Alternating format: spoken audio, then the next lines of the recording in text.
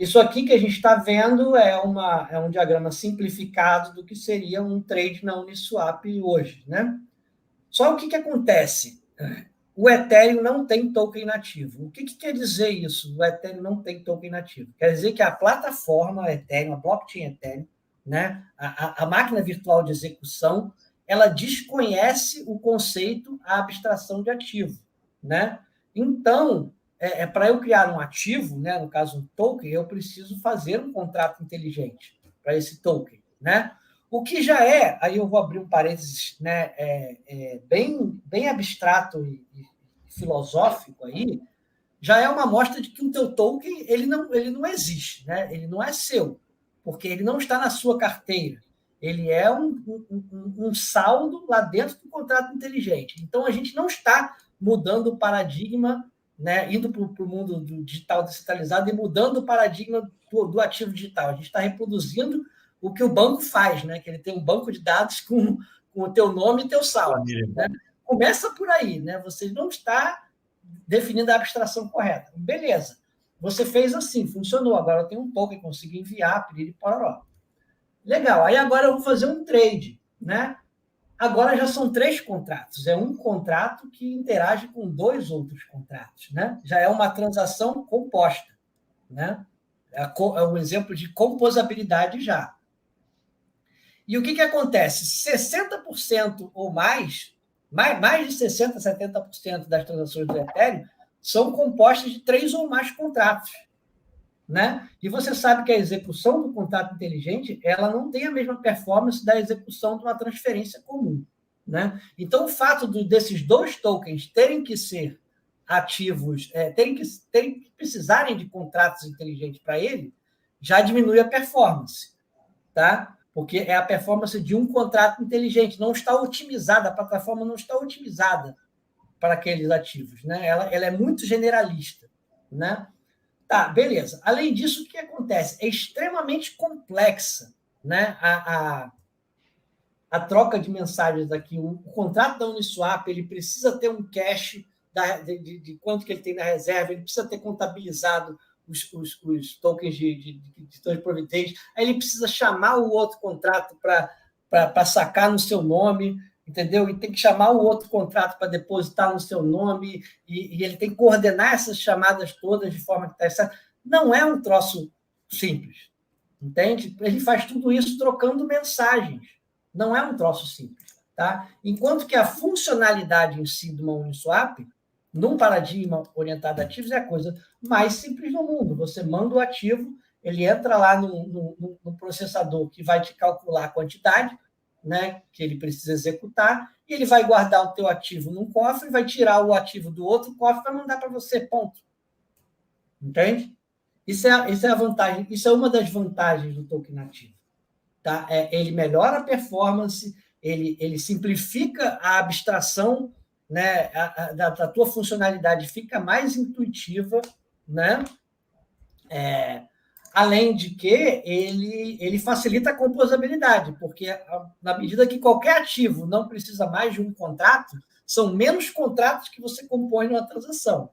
Entendeu? Então, você já otimiza a máquina de execução para que o ativo execute melhor do que um contrato. Entende? Porque ela já é uma feature embutida da plataforma. Tá? Eu acho que eu não vou nem mostrar isso aqui, você está falando, é importante eu mostrar isso aqui também. Deixa eu mostrar aqui. E o mais importante, né, Magal? Só para finalizar. Você fez uma live inteira sobre isso, mas é bom a gente mostrar que tem o post aqui, para quem quiser ir ler o post inteiro, entendeu? Onde é que está aquele? A guerra das EVM,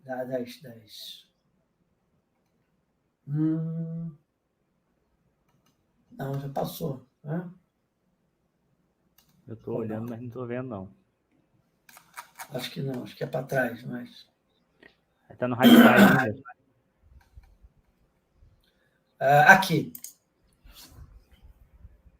Aqui, se você ver aqui vai falar, né?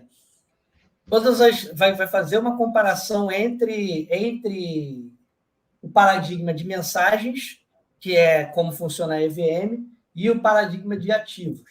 Né? O Magal não viu nossa live, não. Nós fizemos uma live sobre isso aí, Magal. Eu falei aqui, vocês fizeram uma live sobre isso, mas é bom mostrar de novo isso aqui, entendeu? Porque a gente está aqui para mostrar o diferencial, não é isso? Então, o diferencial está todo explicado nesse coisa aqui. Não precisa a gente repetir a live de vocês, não. Quem quiser, vai lá, assiste a live de vocês ou pega o blog para ler, entendeu? Então, aqui tem todas as vantagens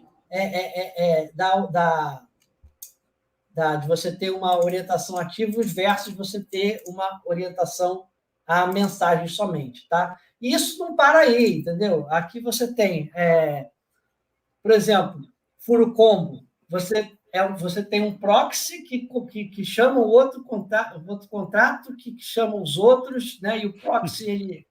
Cara, é muito confuso, é muito complexo, entendeu? O contrato tem que coordenar todas essas chamadas, ter certeza de que uma executou antes de executar outra, lidar com todos os erros e as exceções no meio do caminho que podem acontecer em relação a isso. São muitos edge cases, entendeu? Muitos casos que o cara pode não prever, ele não precisa nem ser um desenvolvedor ruim, não, é porque é difícil mesmo, entendeu? É muito difícil.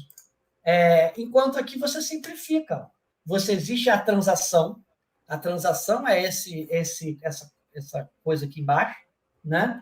E aqui que se dá o fluxo de ativos, e você define a intenção da sua ação no fluxo de ativos, e aquilo executa atomicamente, entendeu?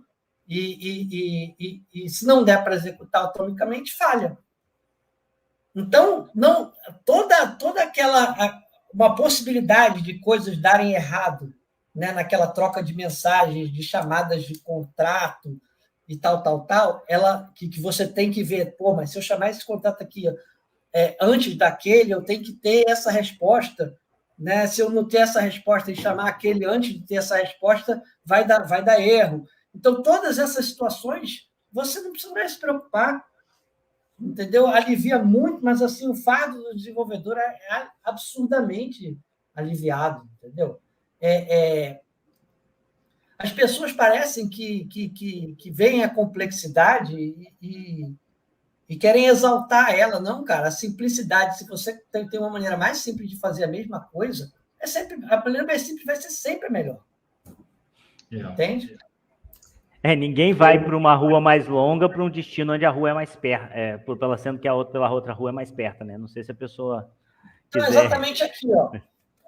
É o que eu estava falando aqui, ó. É isso aí. Tá vendo a quantidade de possibilidades de ordem de chamada aqui que o cara, dentro do fluxograma do contrato, que o cara tem que lidar com a confusão de chamadas que podem ter aqui. E hack de reentrância, né? E olha aqui a facilidade, que você vai encaixar a tua transação nos componentes e ela vai executar ou ela não vai executar, não vai ter perigo de nenhum ativo teu sumir, cair no limbo, não vai ter perigo de ninguém achar um buraco dentro do teu fluxo aqui de mensagens dentro dos contratos para te atacar, entende? Então, cara... Ô Magal, acho que é importante, talvez, você voltar lá naquele slide lá do Uniswap e só comentar aí, no caso na versão Ethereum, né? Na versão Ethereum. Okay. Isso, essa simplicidade, isso aí. E comentar aí sobre a questão da chave, né? Porque eu acho que é isso que é um dos piores, dos riscos, né, cara? Que as pessoas não estão sendo alertadas e eu não vi também. Exato. E o ativo nativo ele resolve um monte de problemas do Ethereum, né? Eu já falei de performance, eu já falei da facilidade de compor, eu já falei da simplicidade, né? Que fica a composabilidade daquele jeito. Agora vamos falar de segurança, né? O fato de um token ser um contrato inteligente. Antes de falar de segurança, eu vou falar um pequeno detalhe, né? Não existe o conceito na blockchain, na EVM, de uma biblioteca de contrato, né? Você não puxa um RC20 como se fosse uma... Porque na Radix você tem o conceito de blueprint, né? Que é que é um template que fica gravado no Ledger, e você, como se fosse uma definição de uma classe. E você instancia o teu componente, né, que é o contrato inteligente, como se fosse um objeto, uma instância daquela classe. Entende? Enquanto que no Ethereum, por mais que você tenha o padrão ERC20, não existe a biblioteca ERC20. Cada vez que você cria um token, você escreve na blockchain do Ethereum o contrato ERC20. Ficar copiando e colando. Você está comendo HD aí cada vez que você cria um token para nada, né? É extremamente redundante. E outra coisa, você pode ali dizer que o seu token... Utilização de código zero, né, Magal? Reutilização de código, que é uma base do desenvolvimento, zero. Zero. Padronizou, legal, padronizou, que bom. Mas padronizar para o usuário não quer dizer muita coisa. Porque o cara que é maléfico, ele vai lá e faz um ERC20 fake, e o usuário vai lá e aprova, crente que é um ERC20, né? Oba, caiu um airdrop na minha MetaMask. Vou lá, né? Aprovo o contrato, né? E pronto. Fiquei pobre. Davi ganhou um esses dias aí. Entendeu? Isso não acontece com ativo nativo. Na tua carteira Radix pode cair qualquer token que você não precisa se preocupar, inclusive o Scancoin. Eu tenho um monte de Scancoin. Se Magal, quiser tomar um golpe aí, é só me mandar a carteira do Scancoin. Aquele cara que perdeu os tokens, os NFTs dele lá na OpenSea por clicar num contrato malicioso, na Radix ele poderia perder? Poderia, lógico. Mas ele poderia perder porque ele daria autorização, porque lá ele deu autorização para o contrato. Então o contrato ficou drenando vários NFTs dele. Se ele tivesse dado autorização ali para talvez ele perderia só se isso fosse na Radix. Pelo menos porque na Radix não existe o conceito de autorização, Davi. Não existe o conceito de autorização. Na Radix, quando você vai utilizar um contrato, você literalmente entrega aquele ativo para o contrato. A diferença é, se eu vou e entrego um token para o contrato, ele pode me roubar? Pode. Mas ele vai roubar aquele token que eu entreguei naquela transação.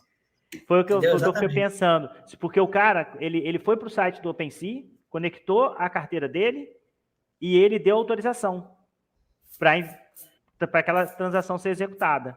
Só que quando ele deu autorização para aquela transação, ele deu autorização para várias outras. Então, foi o que eu pensei. Se isso fosse na Radix, ele teria perdido um NFT. Os outros, que ele perdeu milhões de dólares. E assim, vamos ser sinceros, né? A gente sabe como funciona a mente humana. Como a gente pensa em adoção, principalmente olhando para Ethereum e para EVM, se você não pode clicar em qualquer coisa, sem saber o que vai acontecer. É a mente humana. Você olha aquilo no seu lugar, você... por curiosidade. Você vê aquele negócio em vermelho lá na mensagem, lá vermelhinho, lá, clica aqui. Fica maluco para clicar, velho. Você fica ali, ó, fica agoniado. Eu acho uma atitude extremamente leviana achar que a segurança na mão do usuário é ok. Não é ok. O usuário não tem que ser responsável. Obviamente vai ter um nível de responsabilidade que não dá para tirar do usuário. Na internet é impossível isso. Mas, falando de uma plataforma de blockchain, né, que você vai lidar com ativos que têm valor, cara, você não pode deixar o usuário tão à mercê assim, não. Entendeu? Mas assim, voltando... É um sistema crítico, né, cara? Magal, mexendo com dinheiro de outras pessoas, né? O CryptoRoad botou até uma pergunta aqui, perguntando que quanto mais simples, menos taxas vão pagar por causa da complexidade. Ele tá, pelo menos pelo que eu entendi a pergunta aqui, ele está querendo saber se quanto mais simples a transação aqui na Radix vai ser menor a taxa ou se vai ser um valor com um todo? Não, cada transação ela fica mais cara com a complexidade da transação, porque você pode compor vários componentes numa transação só, não tem muito limite para composabilidade na Radix. Entendeu? Então, quanto mais você complexa a sua transação, mais cara ela fica. Mas a questão aí não é nem taxa de transação, não. É facilidade de desenvolvimento e segurança, tanto para o desenvolvedor quanto para o usuário. Entendeu? Não, isso, tipo assim, isso é fora de sério, né? Porque, por exemplo, lá na Ethereum, qualquer coisa que você faz, você ainda tem, você tem até a compatibilidade lá dos componentes, mas você não tem a Atomic. Então, se você fizer uma transação de 5 componentes lá e um tiver em algum momento não aquilo que você quer, você perde a taxa de gas, que não é barata, que você não perde. Não, eu acho que isso não tem como evitar. talvez na Radix, se você for fazer uma transação composta e essa transação falhar, você vai ter que pagar uma taxinha também. Qual é a diferença? A diferença é que você tem lá no manifesto de transação, você tem a tua intenção. Então, ali você já pode colocar com facilidade condições para a sua transação se realizar ou não. Entendeu? Então, tipo assim, se você for... O que o manifesto de transação ele facilita? Porque fica mais fácil de você enxergar o que a transação está fazendo. Né? Voltando para a questão de segurança. O manifesto de transação ele fica bem claro quais os componentes estão chamados, o que está fazendo. No Ethereum, você fica meio perdido. Você assina uma autorização e você reza para dar tudo certo. Você meio que não sabe o que você está fazendo. Né? Tanto que chama blind sign. Né? E aqui, por exemplo, aqui no exemplo da Uniswap, você está aprovando o contrato da Uniswap a gastar no seu nome sem limite. Beleza, a Uniswap funciona, a gente confia nela, a gente sabe que não é um contrato malicioso, mas se cada contrato que você tem que utilizar tokens nele, você tem que dar uma autorização desse tipo, entendeu? É complicado, né? Ficar dando... não, mas tem como dar autorização limitada. Tem, toda hora. Tem um jeito, Magal. Toda hora você ficar toda hora autorizando o contrato. Quer dizer, não é um troço bom nem para o usuário, nem para o desenvolvedor. Não dá para querer que isso seja mainstream por resto da vida, e não é mainstream, né? O Ethereum é o que tem adoção. Tem uma adoção de um nicho. O mercado de cripto é um nicho, é uma gota no oceano. Entendeu? Você se apegar a um status quo do que é adotado hoje, né? Sendo que claramente qualquer um da área de tecnologia vai ter que reconhecer, e eles mesmos estão agora tendo a honestidade de reconhecer que o produto está ruim, mas acredite na promessa que ele vai chegar lá, beleza. Acreditar nessa promessa pode, na da Radix não, né? Chega a ser engraçado, né? Chega a ser contraditório. Cacete, né? Ele está me prometendo que o produto do Ethereum vai ficar bom um dia. Tá, eu estou te prometendo que eu vou fazer um melhor. Então, beleza, está todo mundo prometendo, ninguém entregou nada. A usabilidade disso aqui é um lixo, vamos combinar, é um lixo. Né? É literalmente isso, E tipo assim, Magal, eu sempre falo, vai que a Radix flop. Vamos botar que a Radix flop. Cara, vai ter que vir outra tecnologia direcionada a ativo. A tecnologia do jeito que está, não vai ter adesão do mainstream. Não vai. Não vai. E olha só, pode ser que eu me dê mal com a Radix, pode ser que a Radix não ganhe tração, pode ser que não seja ela a encostar ou mesmo flopar o Ethereum. Mas eu pago uma cerveja daqui a 10 anos para o cara lá uma caixa de cerveja, né? Eu pago para o cara lá da Mercúrio, para ele, se ninguém flipar o Ethereum em 10 anos. Eu pago uma caixa de cerveja para ele. Entendeu? Porque não eu pago duas, Magal. Não é possível que essa tecnologia vai ser para sempre isso. Entendeu? É muita. E outra coisa, não, mas a gente vai fazer abstração de conta. Tudo que a Radix já tem, né? Quando o Vitalik veio falar de soulbound tokens, né? Aí a gente, como é que a gente faz na Radix? É mole, é só a gente mudar isso aqui, ponto, já tem soulbound tokens na Radix. Entendeu? Então, os caras têm que fazer um padrão de contrato, toda uma ideia, coisa que a gente faz aqui em 2 tempos. Entendeu? Então, assim, por que eu falei isso? Hein? Agora me perdi, meu próprio raciocínio. Porque a gente estava falando da Ethereum, da flipar Ethereum.